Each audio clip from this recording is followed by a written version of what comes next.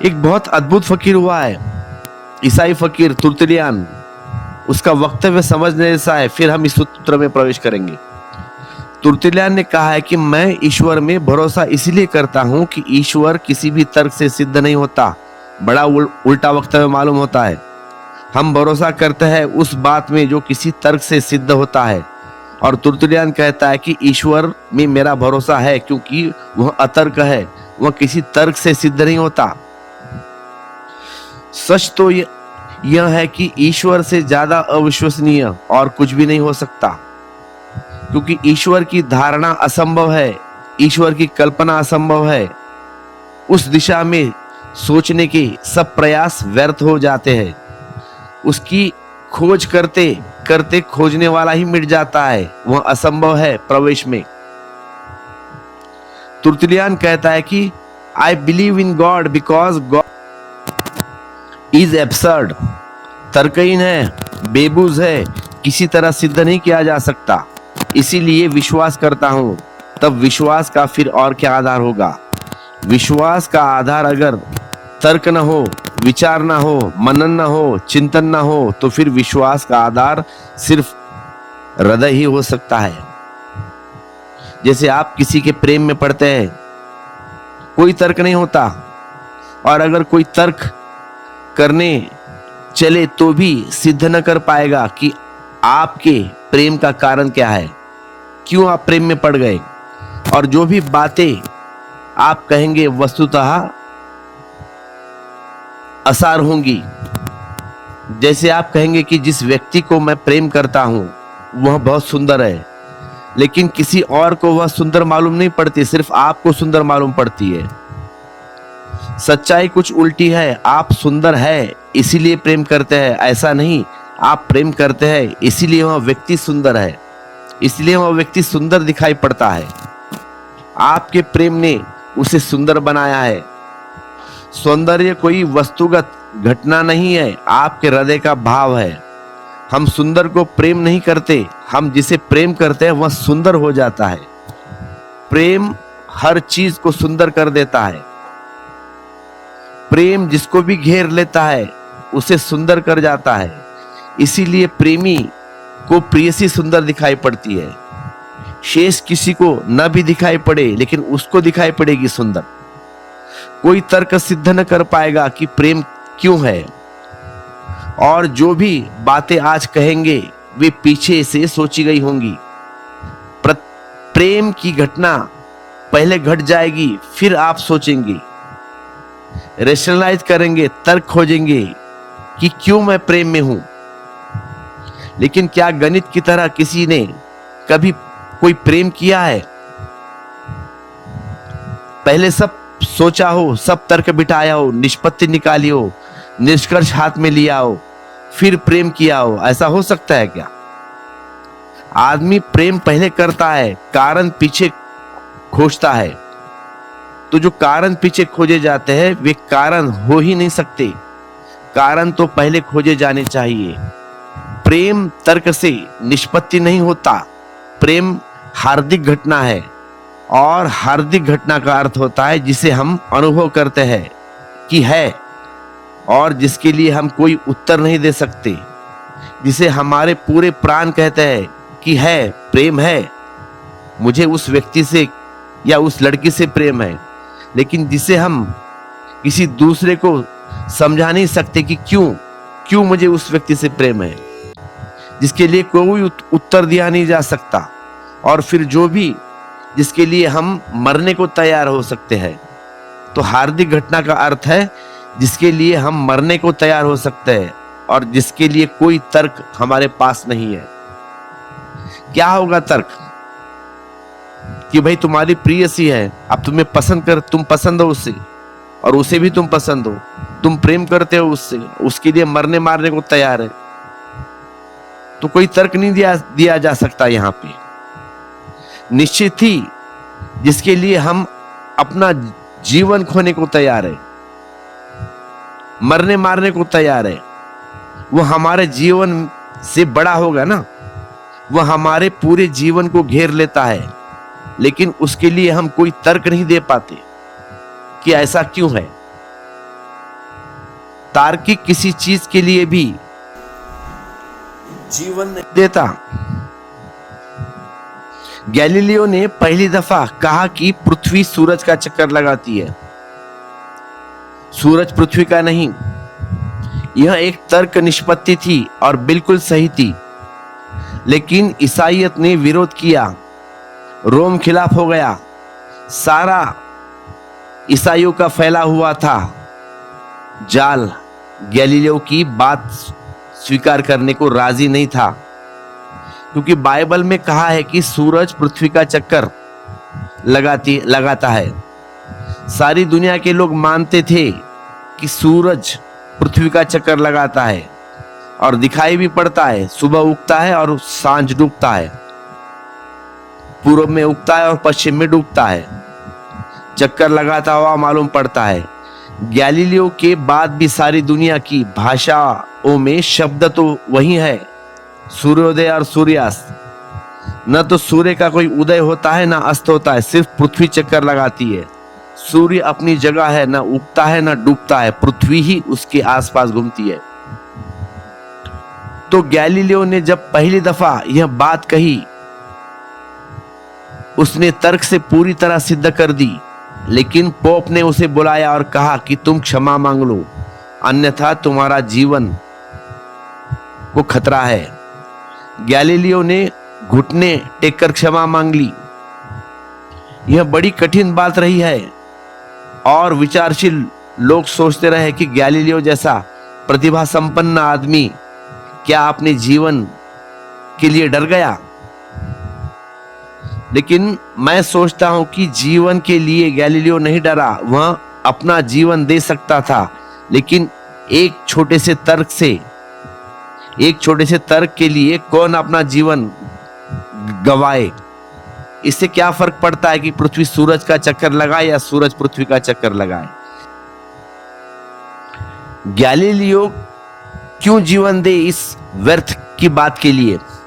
यह गैलीलियो के लिए हार्दिक नहीं था, बुद्धिगत था, और उसने देखा कि इतनी सी बात के लिए कि पृथ्वी चक्कर लगाती है या नहीं लगाती है, तो मैं क्यों जीवन दूं, मैं क्यों मरूं।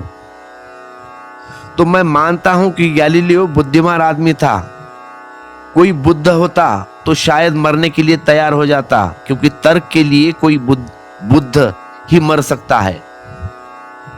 तर्क का इतना मूल्य ही नहीं है। गणित की एक निष्पत्ति के लिए कौन अपना जीवन देने को तैयार होगा। आखिरी जीवन का मूल्य भी बहुत ज्यादा है ना। लेकिन एक छोटे से प्रेम के लिए आदमी पूरा जीवन दे सकता है। प्रेम पूरे जीवन को घेर लेता है, पूरे अस्तित्व को पकड़ लेता है। तर्क तो केवल बुद्धि के एक कोने को पकड़ता है। आज तक बुद्धि के लिए किसी ने जीवन नहीं दिया है, और जिस चीज के लिए आप जीवन नहीं दे सकते, वस्तुतः उस जीवन से ज्यादा मूल्य नहीं हो सकता। मनुष्य के अनुभव में प्रेम एकमात्र अनुभव है जिसके लिए वह जीवन दे सकता है। तो जीवन से ज्यादा मूल्यवान लेकिन प्रेम अतर्क है। लोगों ने परमात्मा के लिए जीवन दिया है क्या? न मालूम कितने लोग शहीद हुए हैं परमात्मा के लिए, जिन्होंने जीवन को चुपचाप खो दिया, जिन्होंने रत्ती भर भी शिकायत नहीं की कि जीवन जा रहा है और परमात्मा कुछ प्रेम जैसा मामला है। इसीलिए तुर्तुलियान ठीक कहता है कि मानने का कोई कारण नहीं, मानना असंभव है, फिर भी मैं परमात्मा को मानता हूं। यह कुछ हार्दिक घटना है, यह कुछ प्रेम का नाता है, यह संबंध बुद्धि से कहीं बहुत गहराई तक जाता है। अब हम इस सूत्र में प्रवेश करते हैं। यह परमात्मा परमेश्वर न तो वाणी से, न तो मन से और न नेत्रों से ही प्राप्त किया जा सकता है। यह परमात्मा न तो वाणी से कोई कितना ही समझाए उसकी समझ में नहीं आ सकता, कोई कितना ही कुशलता से समझाए, कोई बिल्कुल मन में बिठा दे, ऐसे बिठा दे कि आप जवाब भी न दे पाए, आप उत्तर भी न दे पाए, आपको मानने को राजी भी होना पड़े, क्योंकि तर्क आपके पास न हो तो भी ध्यान रहे, जब आप अतर्क हो जाते हो, जब आप उत्तर नहीं दे पाते हो, तब भी हृदय अनकन्विंस्ड ही रहता है, तब भी हृदय राजी नहीं होता। एक व्यक्ति आपकी बुद्धि को खंडित कर सकता है, लेकिन आपके हृदय को नहीं छू सकता। एक बड़ा तार्किक आपकी सारी मान्यताएं तोड़ दे, आप पराजित भी हो जाए तो भी आप राजी नहीं हो पाते।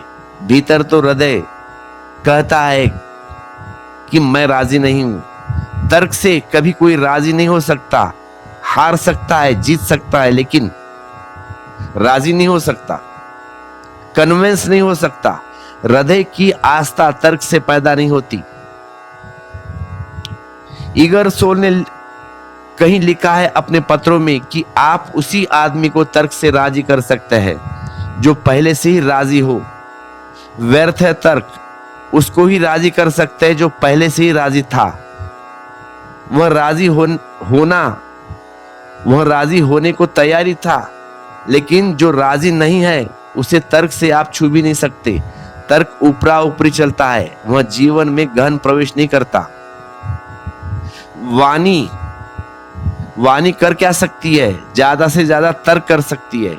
वाणी मनोरंजन कर सकती है, वाणी प्रीतिकारक लग सकती है, काव्यात्मक हो सकती है, सुखद मालूम पड़ सकती है, लेकिन वाणी के कारण उस अस्तित्व के प्रति छलांग नहीं लगा सकती। वाणी के धनी तो बहुत हुए हैं, और ऐसी भी नहीं कि उन्होंने नहीं जाना था, उन्होंने जाना हो तो भी वाणी से वे किसी को भी राजी नहीं कर पाते। मृदक की भी सामर्थ्य नहीं है कि आपको शब्द के द्वारा राजी कर पाए। बुद्ध भी जब आपको राजी करते हैं तो आपको मौन के लिए पहले तैयार करवाते हैं।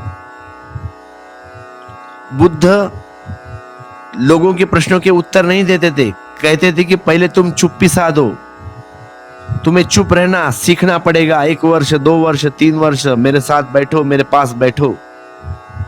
जब तुम्हारी चुप्पी पूरी हो जाएगी तब मैं तुम्हारे प्रश्नों के उत्तर दूंगा। लेकिन निरंतर यह होता है कि जिस आदमी का मौन पूरा हो जाता है वह फिर प्रश्न ही न उठता। मौन में ही बुद्ध वस्तुतः उसे उत्तर दे देते।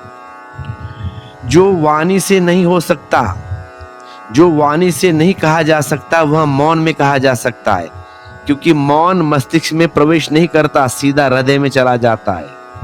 शब्द तो सिर में टकरा कर लौट जाते हैं। मौन से बहती हुई जीवन धारा अबाध रूप से आपके हृदय में प्रवेश कर जाती है। शब्द का ज्यादा से ज्यादा इतना ही उपयोग हो सकता है कि कोई आपको मौन करने के लिए राजी कर ले, बस कहे कि तुम मौन हो जाओ। इतना ही उपयोग है शब्द का। इतना ही शब्द से हो जाए कि आप निशब्द होने को राजी हो जाए तो शब्द का काम पूरा हो गया, बोलने के लिए सिर्फ।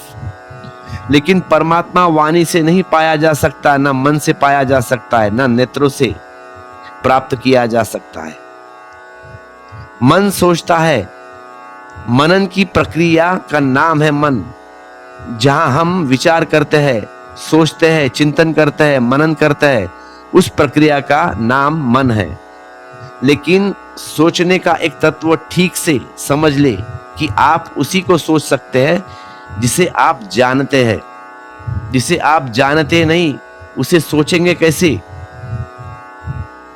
ज्ञात को ही सोचा जा सकता है। द नोन, वह जो पहले से पता है, उसको आप सोच सकते हैं। जो पता नहीं है उसको सोचेंगे कैसे? सोचना जुगाली की तरह है। जैसे गाय भैंस पहले तो भोजन करते हैं, खा लेते हैं, बाद में फिर उसी को बाहर निकालते हैं और चबाते हैं। जुगाली। और मन तुम्हारा जुगाली है। वह जुगाली करता है हमेशा। जो पहले ही डाला गया था, जो ज्ञात हो गया था, बस उसी को बाहर निकलता है और वही सोचता है। अशांत से, अननोन से मन का कोई संबंध नहीं, हो भी नहीं सकता। जो शांत ही नहीं है उसमें सोचना शुरू कैसे होगा? एक अर्थ में सोचना पुनरावृत्ति है, सोचना सदा बासा है, वह कभी ताजा नहीं होता। और सोचना हमेशा पीछे की तरफ लौटना है, अतीत की तरफ। सोचना स्मृति की तरफ पुनरावृत्ति है। वह जो सोचने में पड़ जाए, वह जो सोचने में पड़ा है, उसकी की जुगाली है, अपनी ही जुगाली है। और परमात्मा तो अज्ञात है, उसका हमें कोई भी पता नहीं है, उसे हमें सोचेंगे कैसे? इसलिए मन से परमात्मा का कोई संबंध नहीं जोड़ता। और जब तक मन मौजूद है तब तक आप उससे टूटे रहेंगे। जिस दिन मन खो जाए उस दिन आप उससे जुड़ जाएंगे। किससे? परमात्मा से। मन ही आपके और उसके बीच में दीवार है, मन ही तुम्हारे और परमात्मा के बीच में दीवार है। मन गया, परमात्मा मिला। मन तो 1000 तर्क देगा कि ध्यान मत करो, क्योंकि ध्यान मन की मृत्यु है।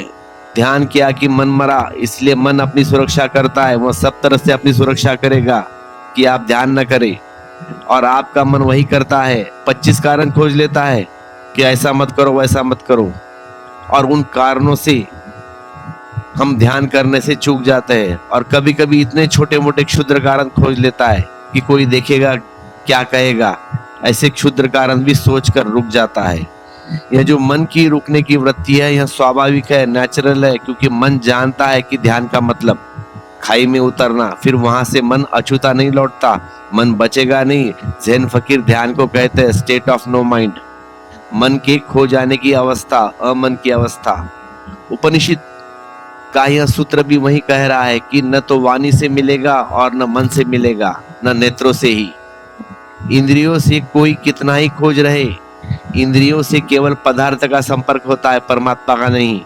प्रत्येक वर्ण को सीमा है। जैसे आप आंख से सुन नहीं सकते, देख सकते हैं बस, कान से आप देख नहीं सकते, सुन सकते हैं। लेकिन कोई आदमी आंख से सुनने की कोशिश करे तो मुश्किल में पड़ जाएगा। आंख की सीमा है कि वह देख सकती है, कान की सीमा है वह सुन सकता है, हाथ की सीमा है वह छू सकता है, नाक की सीमा है वह गंध ले सकता है। लेकिन एक इंद्रिया एक ही हम काम करती है, एक इंद्रिया एक ही काम करेगी। वह काम आप दूसरी इंद्रियों से नहीं ले सकते। आंख का काम कान से नहीं ले सकते, वह दूसरी इंद्रियों की क्षमता नहीं है। मन का काम है वह मनन कर सकता है। मनन का अर्थ है स्मृति में पड़ा हो तो उसे वह दोहराता है, रिपीट करता है। मन एक कंप्यूटर की तरह है, उसे पहले फीड करना होता है, उसे पहले आप दे दे भोजन, फिर वह उसकी जुगाली करता है। जो आपने लिया है वही बाहर निकालता है। जैसे कंप्यूटर में आप डेटा फीड करते हो ना, मन में भी पहले ऐसा डेटा फीड करना पड़ता है। तुम डालते हो जो भी देखा है आपने, जो भी सुना है। समझे कि आप हिंदू है, तो हिंदू होने का क्या मतलब कि हिंदू धर्म फीड किया गया अंदर। कौन कहता है? तुम्हारे माँ बाप कि तुम हिंदू घर में पैदा हो, और कुछ भी तो नहीं कि आप मुसलमान हो या जैन हो या बौद्ध हो, सब फीड होता है तुम्हारे दिमाग में। इसका मतलब क्या हुआ? इसका मतलब यह हुआ कि आपके कंप्यूटर जो आपका दिमाग में बचपन से कहा गया है कि आप हिंदू है, आप जैन है, आप मुस्लिम है, डाला गया है आपके अंदर। कहां से? माता पिता से। तो तुम बोलते हो कि मैं हिंदू, मैं मुसलमान। तो धर्म तुम्हारे दिमाग में डाला गया है, या समझो कंप्यूटर में, दिमाग के कंप्यूटर में। तुम सोचता रहता है किसी के कंप्यूटर में हिंदू धर्म है, किसी के कंप्यूटर में मुसलमान धर्म है। वह वही सोचता रहता है, बस उसकी जुगाली चलती रहती है। और आप भूल से समझते हैं कि आप हिंदू है, कि आप मुसलमान है, या आप ईसाई है। आप कुछ भी नहीं। आदमी सिर्फ आदमी की तरह पैदा होता है, बाकी तो सब व्यवस्थाएं डाली जाती है। मन तो समाज के द्वारा पैदा किया गया है। तुम्हारा नाम किसने दिया है? तुम्हारे माता पिता ने तुम्हारे दिमाग में डाल दिया कि तुम्हारा नाम XYZ है, तुम्हारा नाम राम है, तुम्हारा नाम श्याम है। अगर आप हिंदू घर में पैदा हुए और बचपन में ही उठाकर आपको मुस्लिम घर में रख दिया जाए, तो आप मुसलमान होते या हिंदू होते? और आप कुरान को नमस्कार करते या गीता को, तो ये सब बनाया गया है और दूसरा कुछ भी नहीं। सभी धर्म उत्सुक होते हैं कि बच्चों को धर्म की शिक्षा दी जाए। एक बार बच्चा धर्म की शिक्षा से बच गया तो फिर बहुत मुश्किल हो जाएगा। 7 साल के पहले जबकि बोध सजग नहीं होता, बच्चे की खोपड़ी में सब भर दिया जाता है कि तू फलाना है, तू ढिमकाना है, तू हिंदू है, तू मुस्लिम है। फिर बाद में वह जिंदगी भर जुगाली करता बैठेगा। हिंदू अगर आप है तो हिंदू मंदिर के सामने हाथ उठ जाएगा अपने आप। यांत्रिक होता है वह, कंप्यूटर जैसा काम। यह आपको सिखाया गया है कि भगवान यहाँ रहते हैं और मस्जिद के सामने आप अकड़ कर निकल जाएंगे, क्योंकि मस्जिद का ख्याल ही नहीं आएगा कि वहां भगवान रहता है। वहां किसी और को ख्याल आता है कि जिसके कंप्यूटर में वह बात डाली गई है कि तुम मुसलमान है, इस्लाम धर्म का, तो बराबर वह मस्जिद आने के बाद झुक जाएगा। हमें सिखाया जाता है, जो हम सिखाया जाता है वही हम सोचते हैं, और परमात्मा सिखाया नहीं जा सकता, उसके सिखाने का कोई भी उपाय नहीं, इसलिए परमात्मा सोचा भी नहीं जा सकता। लेकिन आप कहेंगे कि हम परमात्मा के संबंध में सोचते हैं। नहीं, आप हिंदू परमात्मा के संबंध में सोचते हैं, या मुसलमान परमात्मा के संबंध में सोचते हैं, या ईसाई परमात्मा के संबंध में सोचते हैं। परमात्मा के संबंध में नहीं, और ईसाई परमात्मा, मुसलमान, हिंदू परमात्मा, परमात्मा है ही नहीं, केवल शब्द है जो आपके मन में डाले गए हैं बस। परमात्मा तो निशब्द है, चाहे वह मुस्लिम का हो या हिंदू का हो या ईसाई का, वह अस्तित्व है, उसे कोई आपको सिखा नहीं सकता। परमात्मा का कोई शिक्षण नहीं हो सकता, इसीलिए कोई विश्वविद्यालय नहीं हो सकता जहां हम बच्चे को परमात्मा के लिए प्रशिक्षण कर दे। काश इतना आसान होता तो परमात्मा से भर जाती। विज्ञान सिखाया जा सकता है, धर्म सिखाया नहीं जा सकता, यही अड़चन है। इसलिए हम वैज्ञानिक पैदा कर सके, केमिस्ट, फिजिक्स, गणित सिखाया जा सकता है, प्रार्थना सिखाई नहीं जा सकती, मगर हम सिखाते हैं प्रार्थना, इसलिए सब प्रार्थनाएं झूठी हो जाती है, चाहे हिंदू की हो या चाहे मुस्लिम की हो, चाहे ईसाईयत की हो। प्रेम सिखाया नहीं जा सकता।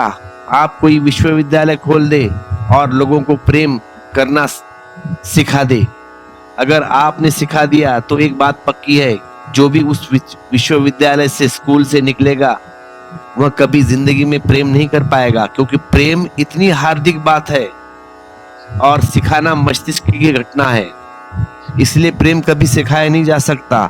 इसलिए अक्सर यह होता है कि अभिनेता जो प्रेम का धंधा करते ना, कभी भी जिंदगी में प्रेम नहीं कर पाते। अभिनेताओं का खुद का प्रेम जीवन में अत्यंत दुखद है, क्योंकि वह 24 घंटे जिस भी फिल्म में हो प्रेम का अभिनय करते हैं, और खुद के जीवन में प्रेम तो मिलता नहीं। ये अभिनय में कुशल हो गए, वे जानते हैं कि क्या क्या करना चाहिए और वह वही करते हैं। अपने प्रियसों के साथ, अपने प्रेमियों के साथ मिलकर अभिनय, वहां पे अभिनय होता है, भीतर कोई हृदय में स्पर्श नहीं होता। वे कुशल हो गए एक्ट करने के लिए, क्या कहना है, क्या बोलना है, कैसे उठना है, कैसे बैठना है, कैसे किसी को हृदय से लगाना है, सब एक्टिंग, सब जानते वह। जहां जहां प्रक्रिया का अनुकरण है, वहां वहां सब खराब हो गया। फिर एक छोटी सी कहानी कर दो, टॉलस्टॉय की एक बड़ी अच्छी कहानी है। उसने लिखा है कि एक झील के किनारे 3 फकीर थे। अब ये तीनों फकीर ना अनपढ़ है पूरे, लेकिन उनकी बड़ी ख्याति हो गई, दूर दूर तक लोग उनके दर्शन करने आते थे। क्या ऐसा मामला था कि इस अनपढ़ तीनों को लोग देखने आते हैं? तो उस गांव का एक बड़ा पुरोहित था चर्च का।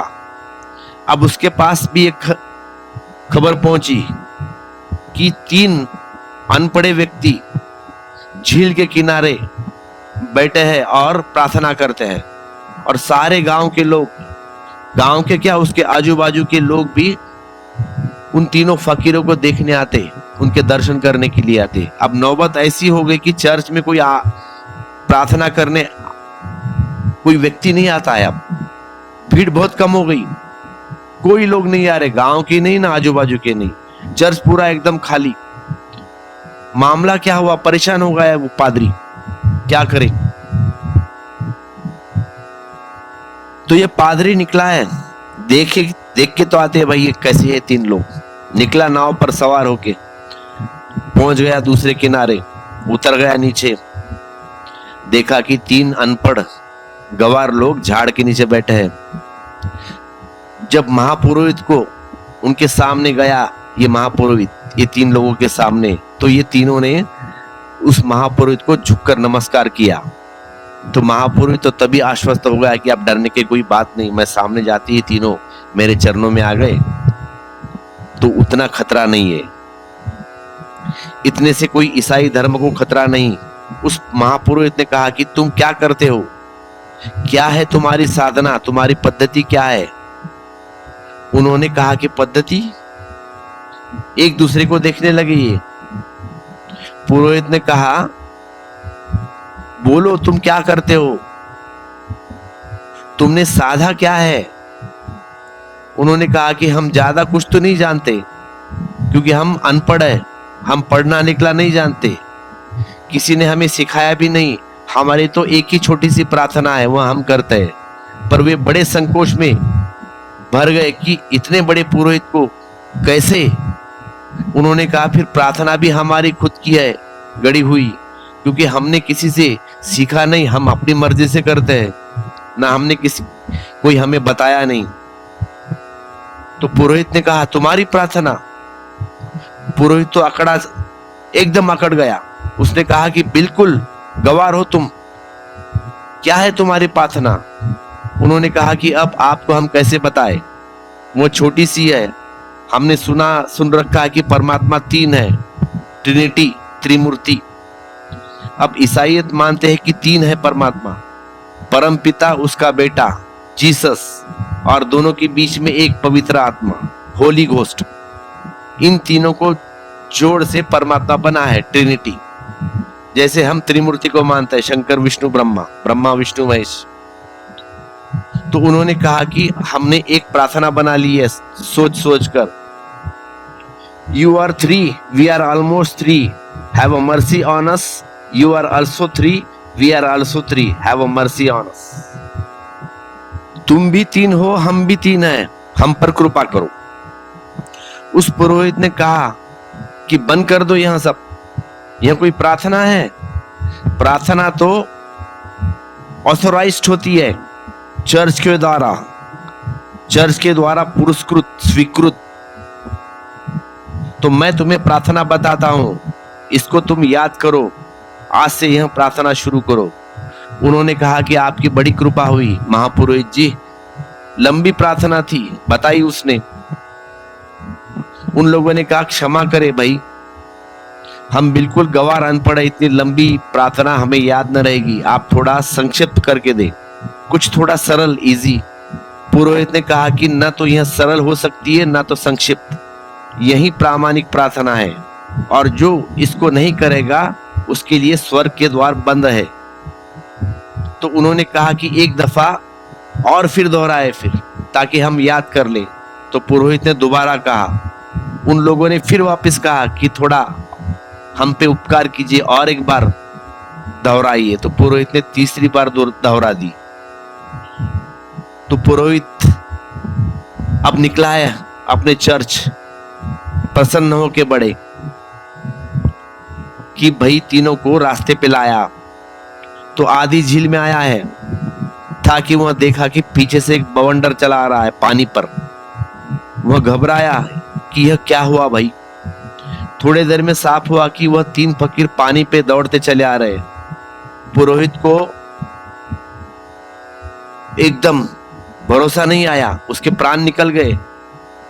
3 लोग पानी पे चल के आ रहे और तीनों आकर उसके नाव के पास रुक गए और उस नाव को पकड़कर बोले कि भाई पुरोहित जी, एक बार और दोहराए दीजिए प्रार्थना, हम भूल गए, हम गरीब अनपढ़ है, बेपढ़ लोग, तो उस पुरोहित ने कहा कि क्षमा करो, तुम्हारी प्रार्थना काम कर रही है, तुम अपनी वही जारी रखो कि we are 3, you are 3, have a mercy on अस।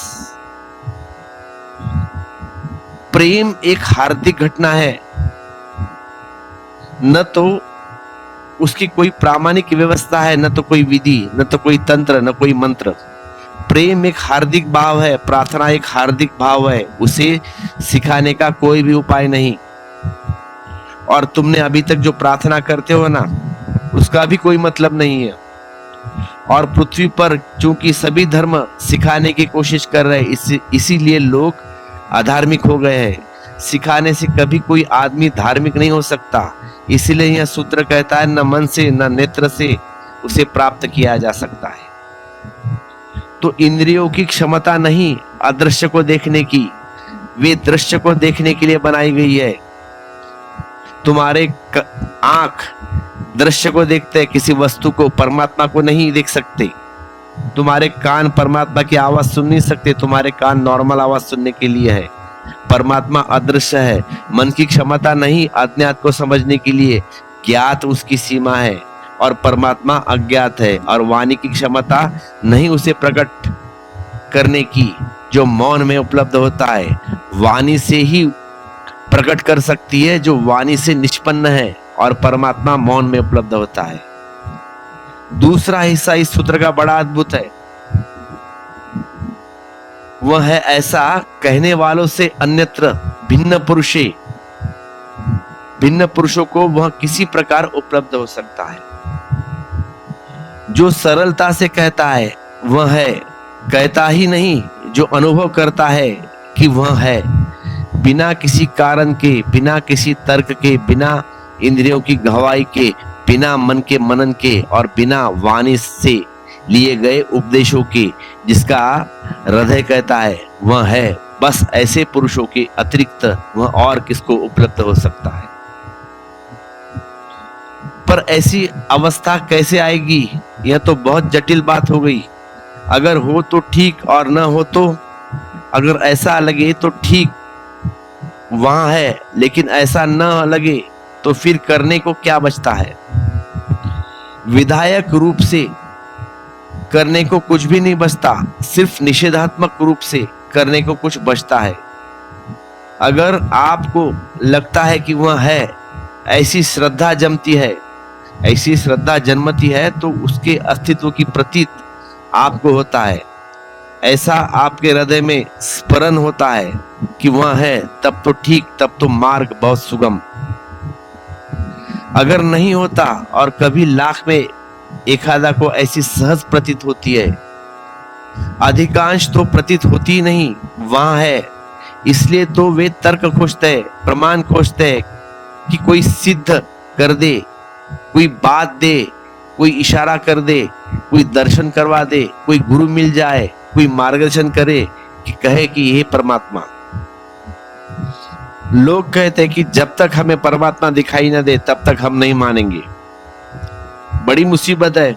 वे कहते हैं कि जब तक ना दिखाई दे तब तक हम नहीं मानेंगे, और सब शास्त्र कहते हैं कि जब तक मानेंगे नहीं तब तक देख ना पाएंगे। और मानना भी सिर्फ बुद्धि से नहीं, क्योंकि बुद्धि के मानन से कोई नहीं देख पाता।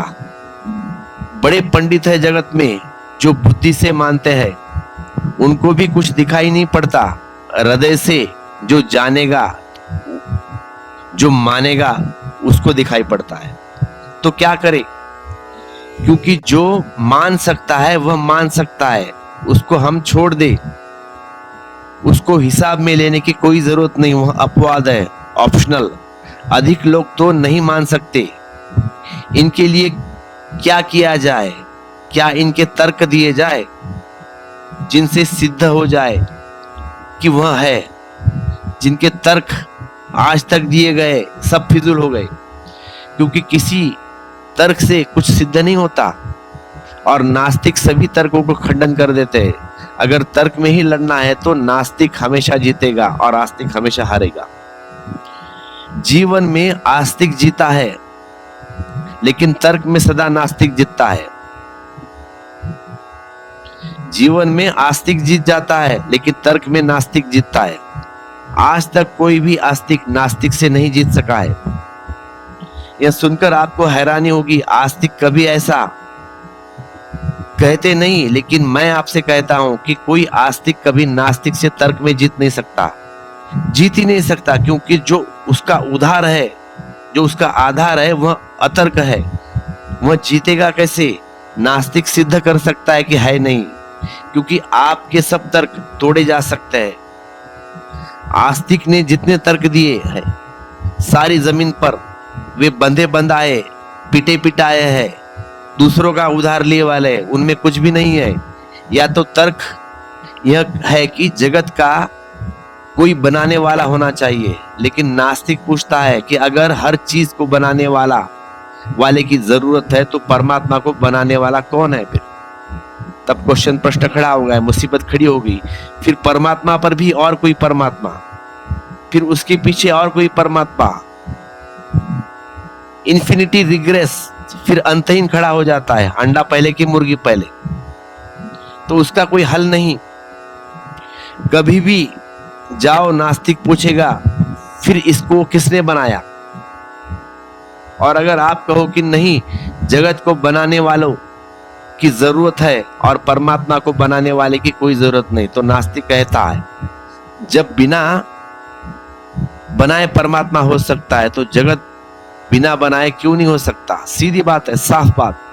जब आप मानते ही हो कि कोई चीज बिना बनाई हो सकती है तो फिर कोई कठिनाई नहीं है, जगत बिना बनाया हुआ है। फिर तो आस्तिक बेईमान मालूम पड़ता है कि जगत के लिए यह नियम नहीं छोड़ता बिना बनाया, और परमात्मा के लिए यह नियम छोड़ता है। फिर नास्तिक कहता है कि जगत दिखाई पड़ता है, अगर नियम ही बनाना है तो यही नियम ठीक है कि जगत बिना बनाया अनक्रिएटेड है, परमात्मा तो तुम्हारा दिखाई नहीं पड़ता, इसको व्यर्थ बीच में लेने की क्या जरूरत? और आखिर में तुम्हें भी स्वीकारना पड़ता है कि परमात्मा बिना बनाया हुआ है, तो बिना बनाई हुई घटना घट सकती है, तो जगत में बिना बनाया क्यों नहीं घट सकता? आस्तिक के पास कोई उत्तर नहीं है। सच तो यह है कि आस्तिक तर्क ही नहीं दे सकता, आस्तिक तर्क देता ही नहीं। ये पंडित है जो तर्क देते हैं, और पंडित नास्तिक से हारते हैं।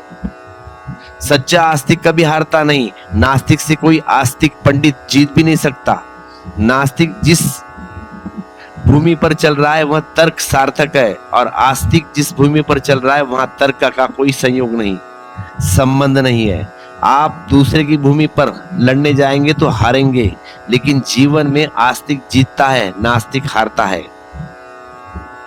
एक भी नास्तिक बुद्ध के जीवन को नहीं पा सका, एक भी नास्तिक महावीर की गरिमा को नहीं पा सका, एक भी नास्तिक जीसस की करुणा को नहीं पा सका, एक भी नास्तिक कृष्ण जैसा नृत्य से भरा हुआ नहीं देख गया,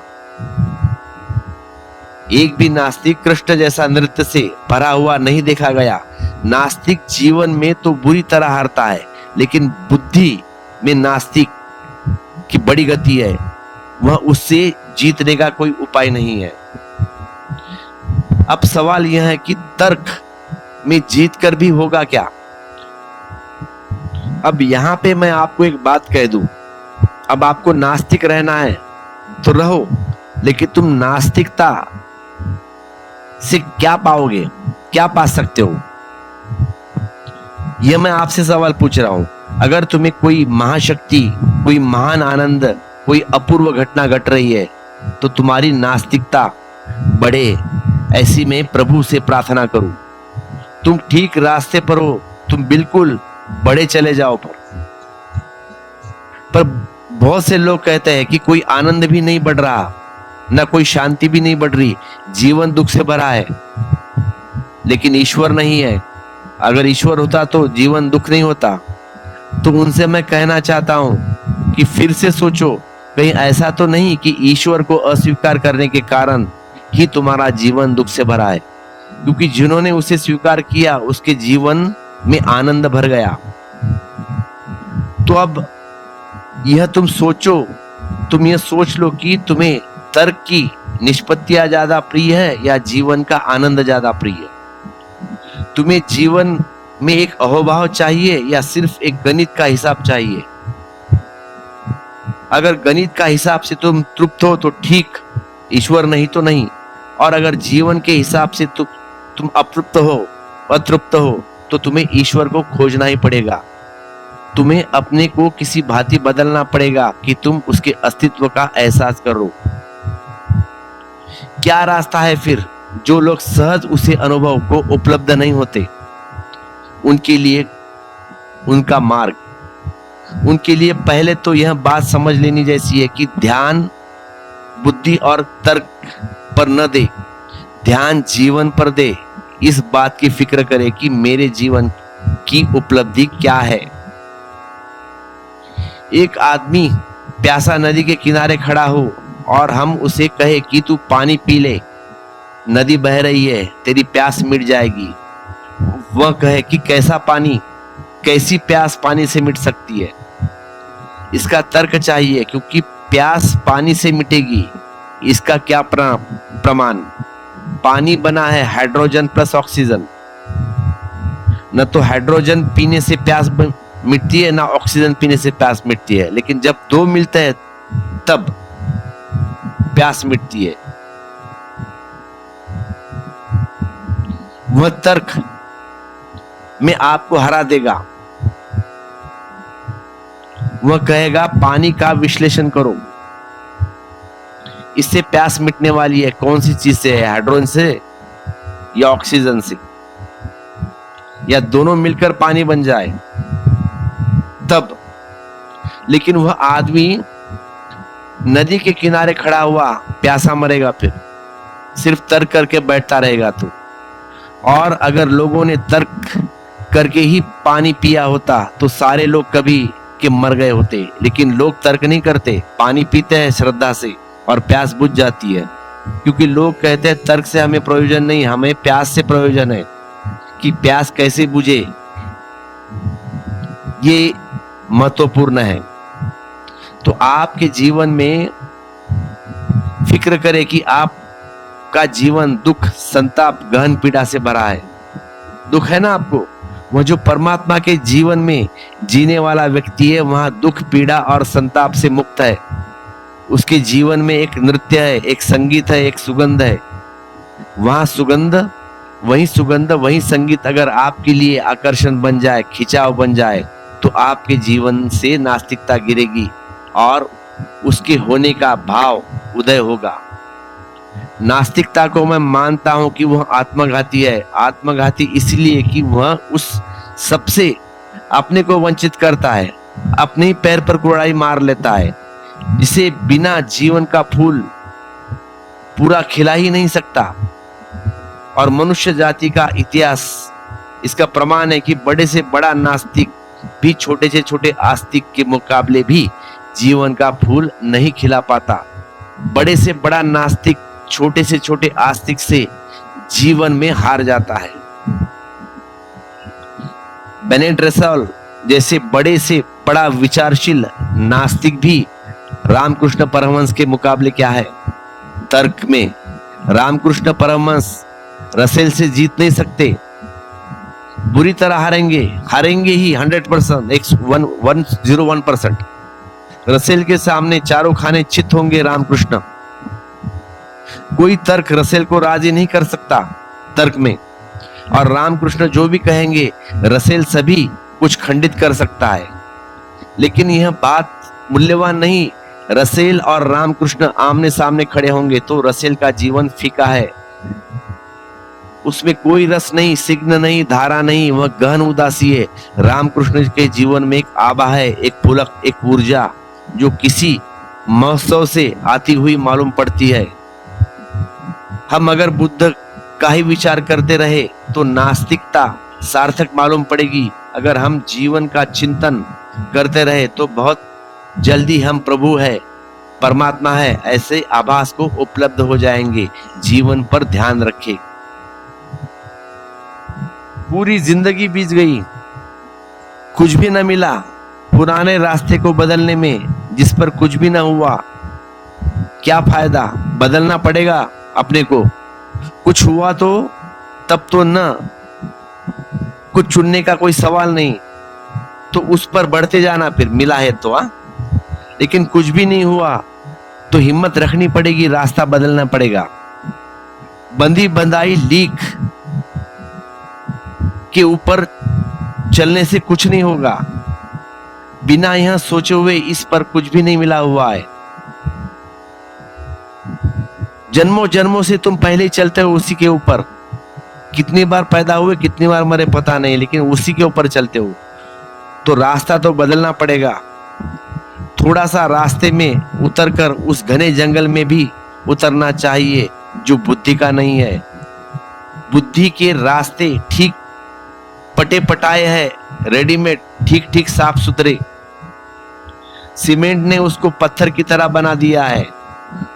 उन पर मील का पत्थर लगे हैं। आप कहाँ है पक्का पता चलता है, कहाँ जा रहे हैं पक्का पता चलता है, कहाँ से आ रहे। लेकिन रास्ते के किनारे घने जंगल भी है जीवन के, जहां छिपे हैं झरने और जहां सुगंध छिपी है और जहां पक्षियों के गीत है। वे रास्ते साफ नहीं है, वहां भय भी है, थोड़ा खतरा भी है। रास्ते सुरक्षित भी नहीं है, रास्ते भी अकेलापन है थोड़ा। तो थोड़ा लेना पड़ेगा रिस्क, जाना पड़ेगा वहां पे, क्योंकि इस बंधे हुए रास्ते से कोई कभी पहुंचा नहीं। रास्ते तो साफ सुथरे है, चलना भी सुविधापूर्वक है, भीड़ सदा साथ में होती है, भय भी नहीं लगता, अकेलापन भी नहीं लगता। लेकिन ये रास्ता कहीं ले जाता नहीं, यह रास्ता कहीं पहुंचाता नहीं। बस यह रास्ता साफ सुथरा है, गोल गोल घुमाकर उसी जगह आता है वर्तुलाकार। फिर जन्मे फिर मरे, फिर जन्मे फिर मरे। जिस व्यक्ति को ऐसे जीवन का बोध आने लगे वह बहुत शीघ्र उस जगह पहुंच जाएगा, वहां बिना तर्क और बिना प्रमाण और बिना कारण के कहेगा कि परमात्मा है।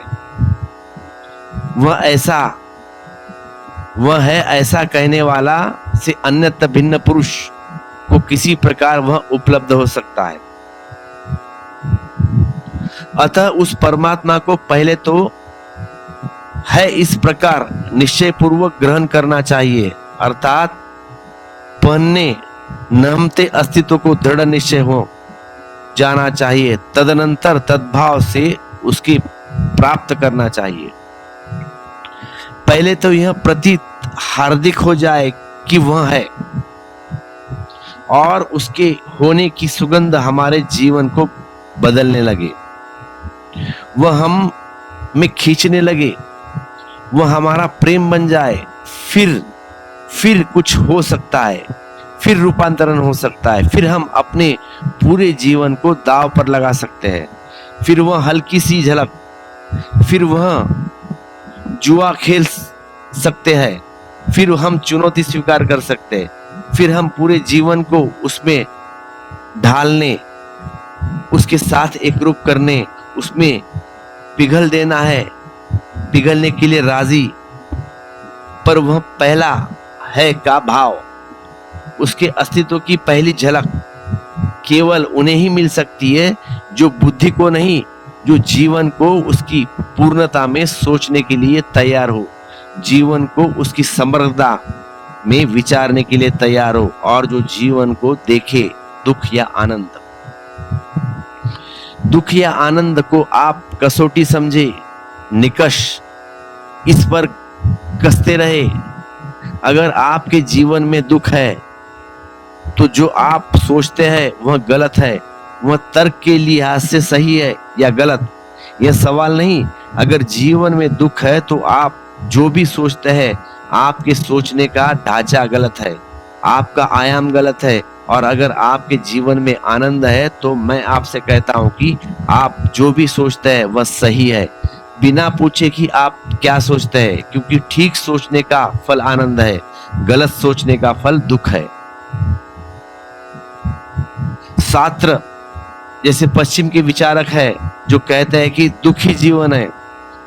बुद्ध ने भी कहा है कि जीवन दुख है, लेकिन बुद्ध ने इसीलिए कहा है कि जीवन दुख है कि तुम्हारा जीवन जैसा जीवन जिया जाता है वैसा जीवन और कहा है कि जीवन दुख है, ताकि तुम जाग सको और वहां पहुंच सको जहां जीवन दुख नहीं रह जाता।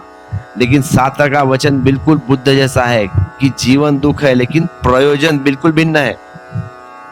सात्र कहता है जीवन दुखी है, अतिक्रमण का कोई उपाय नहीं, इसके पार जाने का कोई उपाय नहीं, यह जीवन की समग्रता है, पूर्णता है, इसके पार कुछ भी नहीं।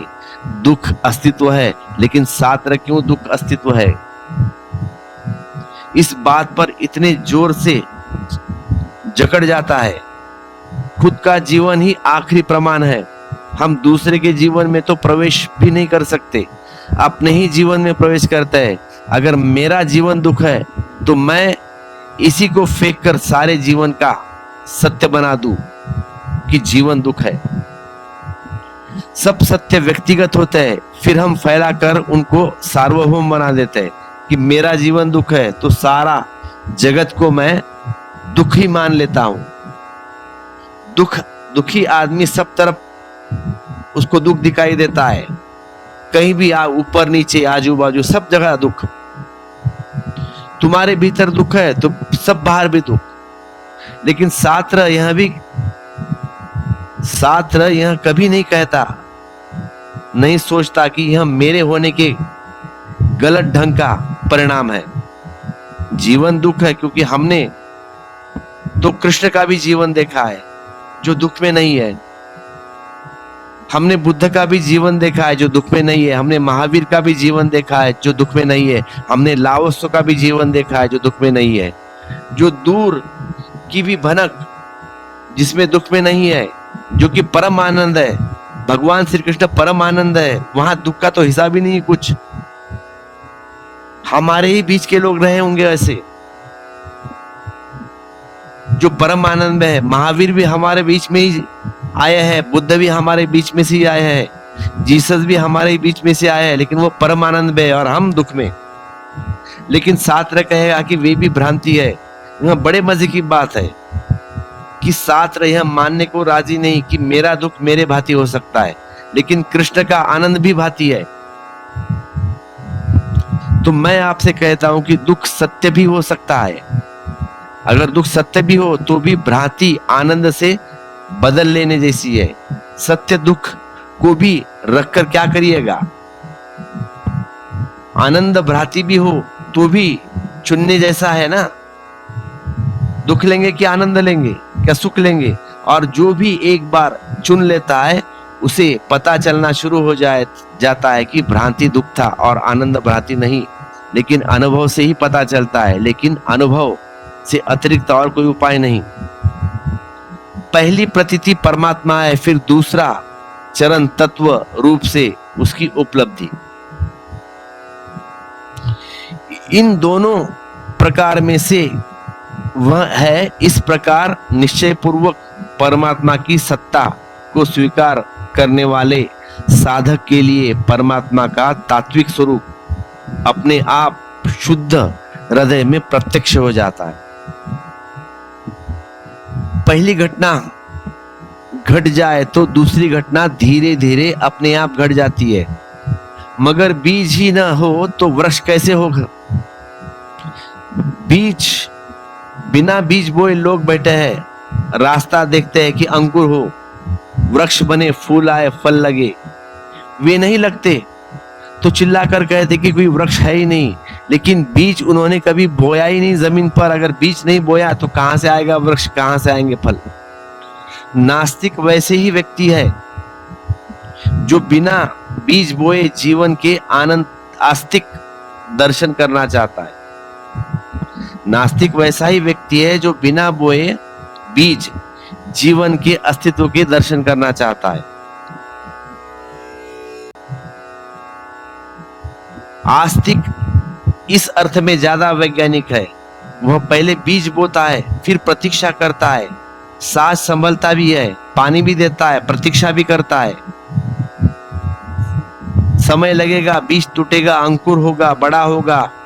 लेकिन बीज जिसने बोया है वह रास्ता देख सकता है कितना ही देर लगे, क्योंकि उसको पता है अंकुर फूटेगा। अगर बीज सच में ही बोया गया हो तो वृक्ष के होने की संभावना बहुत ज्यादा है, आशा बांधी जा सकती है। बीज है ईश्वर है ऐसा भाव, यह भाव आप बो दे, इसकी साज संभाल ले तुम्हारे साथ, क्योंकि इस पर ही बहुत उपद्रव है चारों तरफ। बीज के ऊपर कोई पत्थर रख जाए तो उगना मुश्किल हो जाएगा। बीज पानी में नहीं डाल देना है तो उगना मुश्किल हो जाएगा। बीज उग भी जाए तो चारों तरफ जानवर मौजूद है जो चर सकते हैं, खा सकते हैं उस अंकुर को, रोग भी लग सकता है।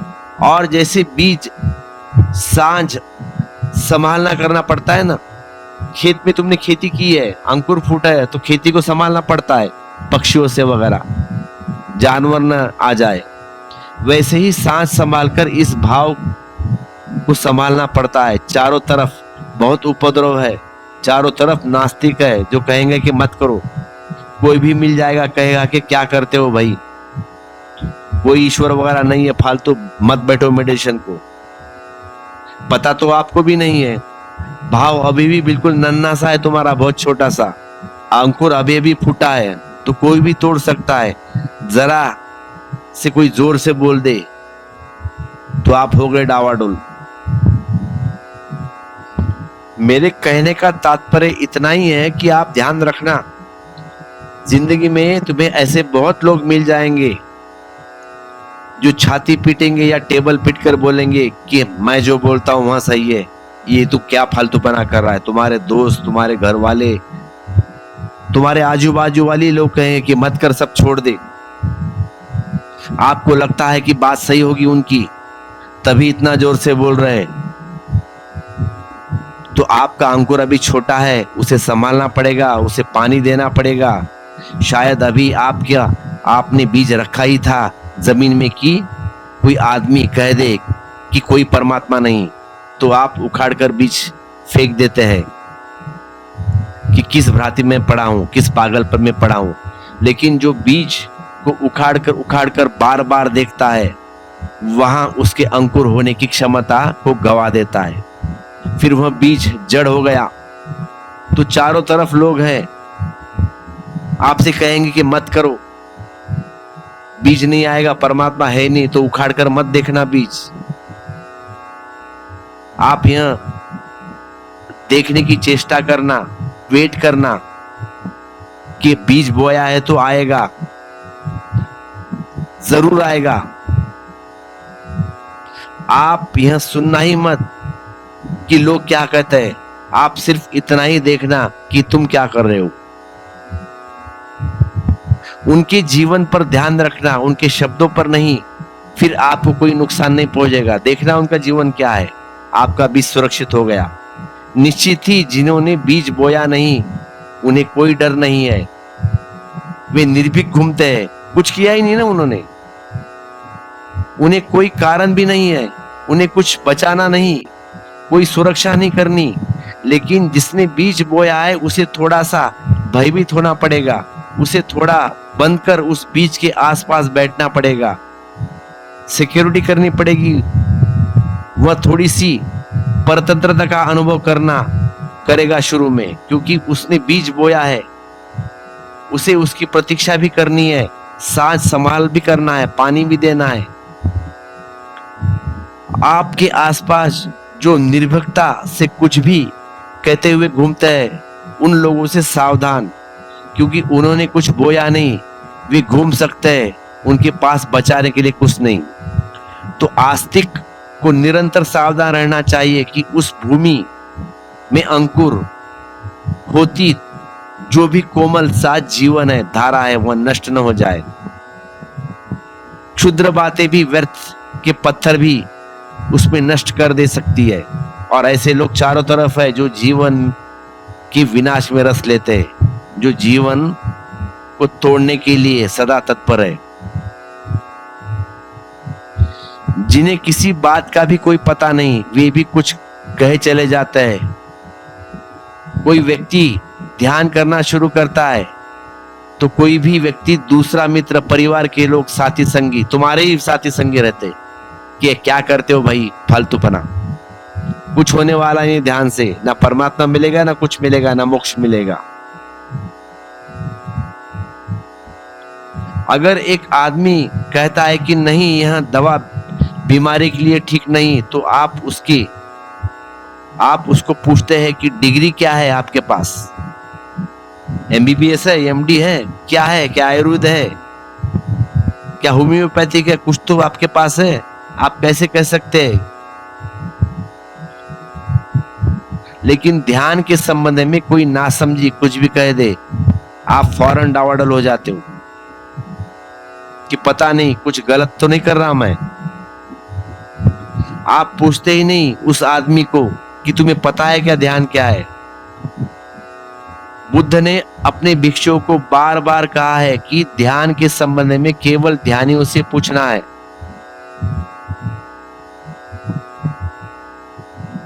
ध्यान के संबंध में केवल ध्यानियों से पूछना, नहीं तो तुम भटक जाओगे, क्योंकि इस जगत में अहंकार इतना घना है कि कोई आदमी यहाँ तो मानने को राजी नहीं कि मैं जानता नहीं। हर आदमी कहता है कि I am the great, I am something special, मैं सब कुछ जानता हूं। इस पृथ्वी पर सिर्फ एक चीज मुफ्त मिलती है, वह है सलाह, एडवाइस, और इतनी मिलती है कि जिसका हिसाब नहीं, और हर आदमी तैयार है बैठने को। तुम खाली मांगने भर जाओ, एक मांगो तो 100 मिल जाएगा, और न भी मांगने तो लोग तैयार है देने के लिए। आपके घर पे आकर आप दरवाजा खटखटाएंगे, बैठेंगे, आपकी चाय पियेंगे और आपको ही सलाह देंगे। एक 3 साल हो गए मैंने बाल बढ़ाए हैं, सर के बाल और दाढ़ी बढ़ाई है। काला वाला कुछ नहीं करता मैं, सफेद दाढ़ी हो गई है। मेरे बहुत से दोस्तों ने, रिश्तेदारों ने, घर वाले ने कहा है कि ऐसी दाढ़ी क्यों बढ़ाई है, ऐसी स्टाइल कर दाढ़ी को, ऐसा काट वैसा काट, क्या कोई व्रत लिया है क्या। कम से कम 200-300 लोगों ने मुझे कहा होगा कि ऐसी स्टाइल कर, वैसी स्टाइल कर। मैं कुछ भी नहीं करता, सुनता हूं और छोड़ देता हूं। तो आप लोगों की बात मत सुनना, लोग तो कहते जाएंगे ऐसा कर वैसा कर, ध्यान मत देना। साधक के हृदय में स्थिति जो कामना है, जब वे सब की सब मूलता नष्ट हो जाती है, तब मरण धर्म मनुष्य अमर हो जाता है और यही ब्रह्मा का भली भांति अनुभव कर लेता है। जब हृदय को संपूर्ण ग्रंथियां भली भांति खुल जाती है, तब वह मरण धर्म मनुष्य इस शरीर में अमर हो जाता है। बस इतना ही सनातन उपदेश है। 2 बातें, पहली, साधक के हृदय में स्थित कामनाएं है, जो जब वे सब समूल नष्ट हो जाती है, तब मरण धर्म मनुष्य अमर हो जाता है। क्यों? आखिर कामनाओं के नष्ट होने से मरण धर्म मनुष्य अमर क्यों हो जाता है? कारण मनुष्य तो अमर है ही, सिर्फ वासनाएं मरण धर्मा है, सिर्फ कामनाएं मरती है। आदमी तो कभी मरता नहीं, सिर्फ कामनाएं मरती है। और हम कामनाओं से इतने भरे हैं कि हमें पता ही नहीं है कि कामनाओं के अतिरिक्त भी कुछ है। और जब कामनाएं मरती है, तब हमें लगता है कि हम मर रहे हैं, हम नष्ट हो रहे, हम समाप्त हो रहे। बंगाल के एक अद्भुत बड़े हुए ईश्वर चंद्र विद्यासागर, उन्होंने अपने स्मरण में लिखा है, उन्होंने वाइसरॉय की काउंसिल सम्मानित करने वाली थी महापंडित होने के कारण, लेकिन ईश्वर चंद्र पहनते थे गरीब बंगाली का वेश, कुर्ता और धोती। साधारण गरीब आदमी का वेश, सीधे साधे आदमी थे। मित्रों ने कहा कि वाइसरॉय की काउंसिल में इन कपड़ों को पहनकर जाओगे तो बड़े भद्दे होगे, अच्छी बात नहीं लगेगी, कुछ ढंग का पहन के जाओ। तो दोस्तों ने कहा कि हम तुम्हारे लिए कुछ अच्छे वेश का इंतजाम करते हैं, कपड़े का, तुम चिंता मत करो। शानदार चीज चाहिए वहां जाने के लिए, वाइसरॉय के सामने जब तुम मौजूद होंगे तब। तो ईश्वर चंद्र राजी हो गए, बात भी उनको जची, ठीक है भाई चलो। मगर मन में थोड़ी चिंता थी कि क्या सिर्फ पद के पाने के लिए, उपाधि पाने के लिए, सम्मान पाने के लिए मैं अपना वेश बदलूं, और नाहक अच्छा भी नहीं लगेगा, बचकाना लगेगा, सजा सवारा हुआ खड़ा हो जाऊं काउंसिल में। मगर हिम्मत भी नहीं जुटाई थी कहने की दोस्तों को। और जिस दिन वाइसराय काउंसिल में जाना था, उसके एक दिन पहले सांझ को घूमने निकले थे। बड़ी चिंता थी मन में। सामने ही एक मुसलमान उनके पास से चला जा रहा है, अपनी छड़ी लेके चल रहा था, आहिस्ता आहिस्ता शेरवानी पे के एकदम शान से। तो उसका नौकर पीछे से भागता हुआ आया और कहा कि मीर साहब, आपके घर में आग लगी है, जल्दी चलिए। उस मीर साहब ने कहा ठीक है भाई, लेकिन चाल उसकी बदली नहीं, वहीं की वहीं अकड़। अब ईश्वरचंद देख रहे, वह भी थोड़ा चौंक गए। कैसा है आदमी? नौकर भी थोड़ा घबराया और उसने कहा कि मीर साहब ऐसा नहीं चलेगा, मकान जल रहा है, जरा तेजी से चलिए। उस मीर साहब ने कहा कि मैं जब तक न जल रहा हूं तब तक तेजी से चलने का कोई भी कारण नहीं। मकान जल रहा है, मैं नहीं जल रहा हूं, और फिर जिंदगी भर की चाल मकान जलने की वजह से मैं क्यों बदलूं भाई? और तू इतना परेशान क्यों है? तेरा क्या जल रहा है? मकान मेरा जल रहा है। तो परेशान तो ईश्वरचंद तक थे, उनका तो बिल्कुल कुछ भी नहीं जल रहा था। वह तो कम से कम नौकर भी था उस मीरचंद का। उनका भी हृदय धड़कन बढ़ गई थी वो सुन के। वे बड़े हैरान हुए कि ये आदमी कैसा है भाई। घबरा तो खुद गए थे ईश्वरचंद, मकान जल रहा है यह सुनकर। कोई संबंध भी ना था उस मकान से उनका। तभी उनको ख्याल में आया कि यह आदमी अपनी चाल बदलने को राजी नहीं है, मकान जल रहा है तो, और मैं नाहक अपने कपड़े बदलने को राजी हो गया। दूसरे दिन वे अपने गरीब वेश में ही उपस्थित हो गए। मित्र तो बड़े चौंके वो देखकर। बाद में निकलकर पूछा कि यह तुमने क्या किया? उन्होंने कहा कि छोड़ो, वह एक आदमी ने मेरी जिंदगी बदल दी। वह कहने लगे कि जब तक मैं ही न जल रहा हूं तब तक कुछ नहीं जल रहा। कुछ तेज जाने की कोई जरूरत नहीं। आपकी कामना मरती है, आप नहीं मरते, लेकिन कामनाओं से आप इतने संयुक्त है। आपका घर जलता है, आप नहीं जलते, लेकिन मेरा घर इतना ममत्व है कि जलता हुआ घर में आपको लगता है कि आप जल रहे हैं, आप जलने ही लगते हैं। कामना ही मरण धर्म। मरता हुआ आदमी जब घबराता है कि मृत्यु से, तो इसीलिए नहीं घबराता कि मैं मर रहा हूं, क्योंकि मैं तो कभी मरा ही नहीं। घबराता है इसीलिए कि अब सब कामनाएं मरी, जो आशाएं बांधी थी सब सी, जो भविष्य में करने वाला था, सोचा था, अब ये सब नष्ट होगा।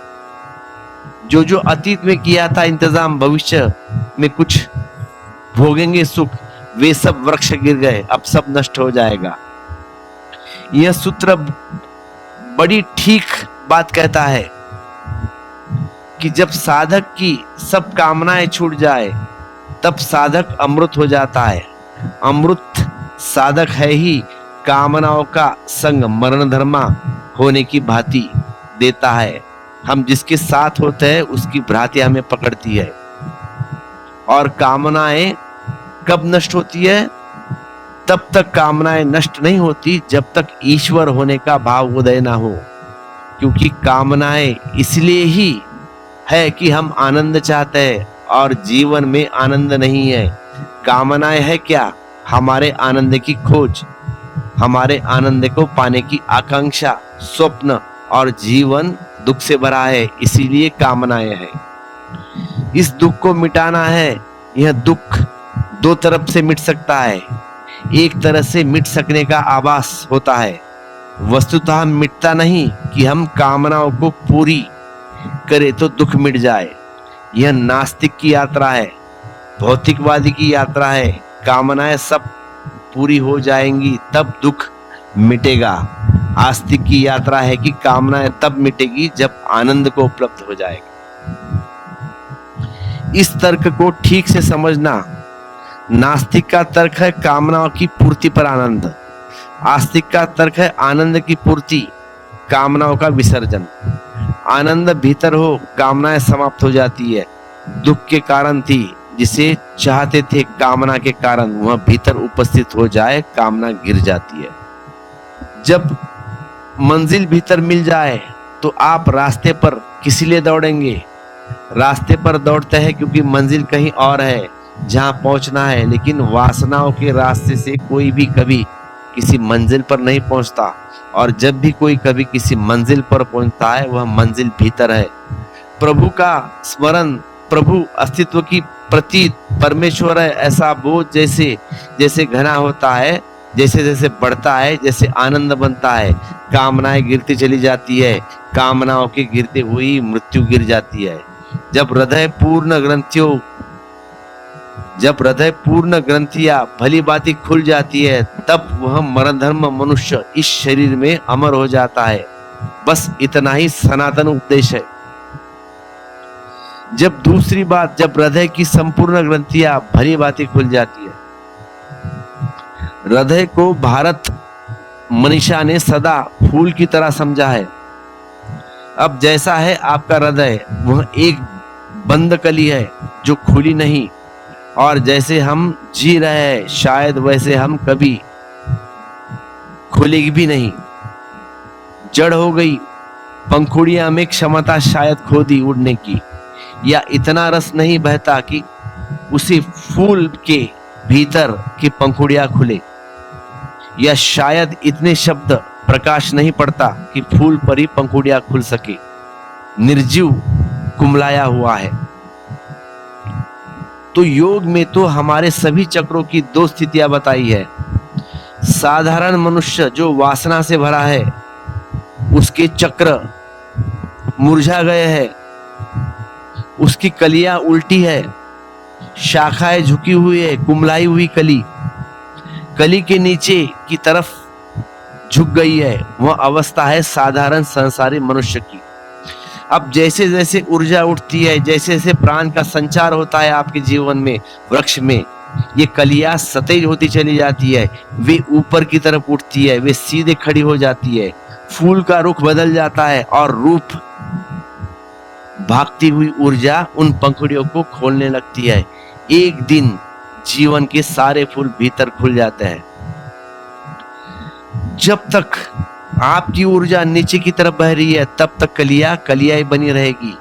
जब ऊर्जा ऊपर की तरफ बहेगी, तब कलियां फूल बनेंगी। ऊर्जा नीचे की तरफ बहती है जब तक वासनाएं और कामनाएं है, और कामना नीचे का पथ है।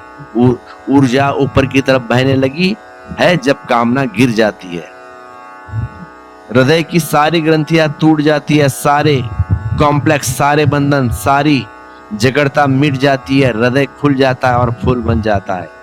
यह जो खुला हुआ फूल है, इसकी प्रतीत होती है, इसका सुगंध का फैलाव ही इस शरीर में मनुष्य अमर हो जाता है।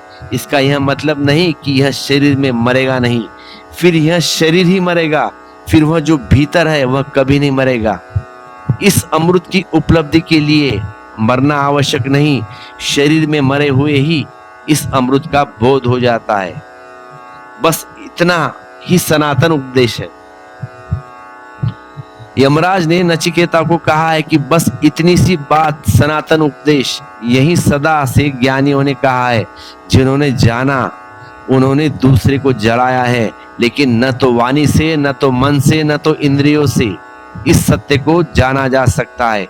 इस सत्य को तो हृदय के भाव से ईश्वर है, इस प्रतीत में गहराई में उतर जाने से। इस गहराई में उतरने का नाम है आस्था, आस्तिकता। जो इस गहराई को समझ लेता है और इस उतरने में लगता है, जैसे जैसे घनी होती है यह आस्था, जैसे जैसे यह श्रद्धा प्रगाढ़ होती है, और जैसे जैसे यात्रा भीतर की तरफ मुड़ती है, वैसे वैसे इस शरीर में अमृत की प्रतीत सघन होते चली जाती है। वासनाओं में गिरता ही मनुष्य इस शरीर को अमृत हो जाता है।